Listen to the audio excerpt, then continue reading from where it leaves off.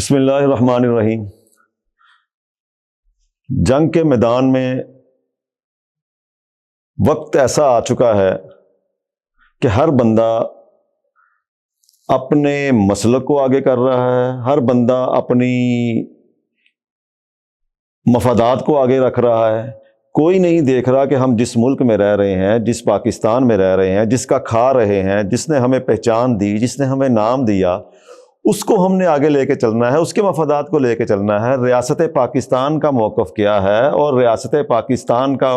اصولی موقف جو ہے وہ کسی بھی ملک کے بارے میں کیا ہے، اس کو ہم نے نہیں دیکھنا۔ ہم نے صرف اپنے مسلک کو دیکھنا ہے، اور پھر ایسا بغض، ایسا جو آج تک کسی نے نہیں کیا ہوگا، وہ اس دوران جنگ یہ کرنا کیا اچھی بات ہے؟ کیا دوران جنگ اپنے ملک کے بیانیے کے خلاف بیانیہ بنانا محب الوطنی ہے؟ کیا دوران جنگ دوسرے ملکوں کی جنگ کو اپنے ملک کے اندر لے کے آنا، کیا یہ ہمیں اسلام سکھاتا ہے؟ اور کوئی بھی ملک، اسرائیل کے ساتھ ایک جنگ ہو رہی ہے، اور اسرائیل ہم سب کا ازلی دشمن ہے، امریکہ ہم سب کا ازلی دشمن ہے، کیا اس جنگ کے تناظر میں ہم اپنے برادر اسلامی ممالک پر صرف یہ کہہ کر کہ وہاں پر اڈے ہیں تو وہاں پر حملہ کر دیا جائے؟ تو پھر اس کو پھر جسٹیفائی کرنا اور پھر ایک ایسی جنگ کو فرقہ واریت کا رنگ دے کر پاکستان میں لے کے آنا، جو پاکستان اس چیز کا متحمل نہیں ہو سکتا۔ اور بڑے ہی اچھے عہدے پر فائز اور ایک مذہبی پیشوا نے ایک ایسی بات کو طول دیا، ہوا دی، کہ کسی بھی صورت اسلامی معاشرے کے اندر اور پاکستان میں فرقہ واریت کو ہوا دینا ایسے ہی ہے جیسے کہ ایک کسی جلتی آگ ہے، اس کے اوپر پٹرول چھڑک دینا ہے۔ پہلے ہی ہمارا ملک ان چیزوں کا متحمل نہیں ہے، اب کیا کیا گیا ہے جی؟ جنگ احد کے شہداء کو توہین کی گئی ہے، ان صحابہ نفوس قدسیہ پر جن کو قرآن پاک کے اندر بار بار اللہ تعالیٰ نے اولئک هم المتقون کہا، اولئک هم الفائزون کہا، اولئک هم المفلحون کہا، اولئک هم الصادقون کہا، من النبیین کے بعد والصدیقین والشہداء والصالحین فرمایا۔ تمام قرآن پاک صحابہ کرام کی عظمت کے اوپر بڑھا ہوا ہے، اور ان کو لوگ کہا گیا،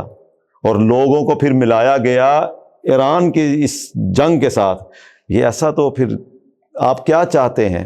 کیا پاکستان کو فرقہ واریت، وہی پرانی فرقہ واریت کو ہوا دے کر پاکستان میں خانہ جنگی چاہتے ہیں؟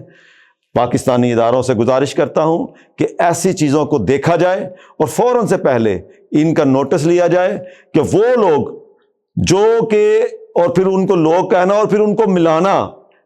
کہ پاکستان جو ایران کے اندر، وہاں پہ وہ جو حضور صلی اللہ علیہ وسلم توبہ نعوذ باللہ بات کر کے کہ وہاں پہ آپ صلی اللہ علیہ وسلم کی صرف شہادت کی خبر ہوئی تو وہ لوگ میدان چھوڑ کر بھاگ گئے، اور یہاں پہ یہ ابھی میت پڑی ہوئی ہے خامنئی صاحب کی، اور وہ لڑ رہے ہیں، وہ دیکھیں کھڑے ہیں۔ ایسے ان کے ساتھ ملانا، یہ چیزیں آپ خود سوچیں کہ یہ کس چیز کو ہوا دی جا رہی ہے؟ اگر ہم عرض کریں گے تو شکایت ہوگی، آپ ہی اپنی اداؤں پہ ذرا غور کریں، کیونکہ میں بار بار یہ کہہ چکا ہوں کہ یہ دوران جنگ اس طرح کی باتیں کرنا، یہ تو سمپل سی بات ہے کہ آپ نے ریاست مدینہ کے، ریاست پاکستان کے جو اصول و ضوابط ہیں، اس کے جو قواعد ہیں، اس کی جو خارجہ پالیسی ہیں، اس کی جو داخلہ پالیسی ہیں، ان کے خلاف کام کیا ہے۔ تو میری گزارش ہے، اور پھر ان لوگوں کو بھی جو لوگ کلیئر کٹ ریاست پاکستان کو دھمکیاں دے رہے ہیں کہ جناب اگر یہ ہوا تو یہ ہو جائے گا، پاکستان ٹوٹ جائے گا، اس طرح کی باتیں کرنا، اور اس دوران جنگ یہ باتیں بالکل بھی کسی بھی صورت کسی بھی پاکستانی اور کسی بھی محب الوطن اس پاکستانی کو کسی بھی صورت گوارا نہیں ہے۔ میں ریاست پاکستان کی تمام اداروں سے گزارش کرتا ہوں کہ اس بات کا فوری نوٹس لیا جائے، اور اس کو کسی نہ کسی طریقے سے قانون کے دائرے میں لایا جائے، تاکہ پاکستان میں جو پرامن ماحول چل رہا ہے وہ ایسے ہی چلتا رہے۔